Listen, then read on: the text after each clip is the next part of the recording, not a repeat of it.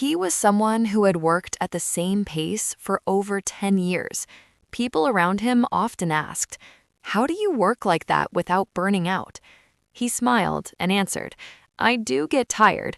I just stop before I'm too exhausted." Watching him closely, he wasn't working slowly at all. When it was time to focus, he focused deeply.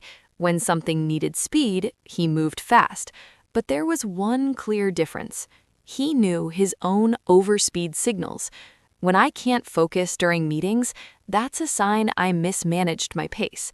When I still feel tired after the weekend, it means I pushed too hard somewhere last week. He had his own signal system.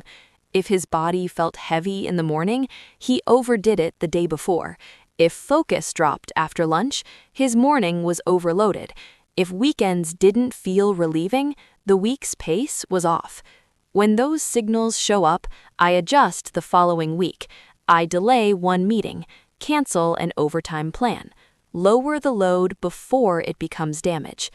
Someone once asked him, "Doesn't that push your schedule back?"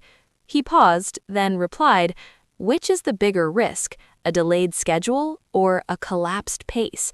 He wasn't afraid of breaking. What he feared was running without brakes. Stopping suddenly at full speed is worse than moving slightly slower and continuing.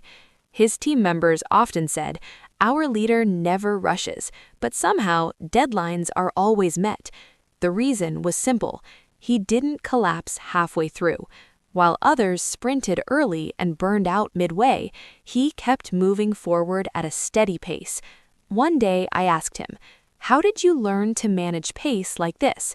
He thought for a moment, then said, "I burned out twice in my 20s. That's when I realized this isn't a motivation problem. If you want to work for a long time, you can't keep overspeeding." That day, I understood something clearly. Productive people aren't the ones who run fast. They're the ones who keep going without breaking. I still sometimes want to speed up, but now there's one difference. I know how to ask myself, what pace am I running at right now? Pace isn't about being slow.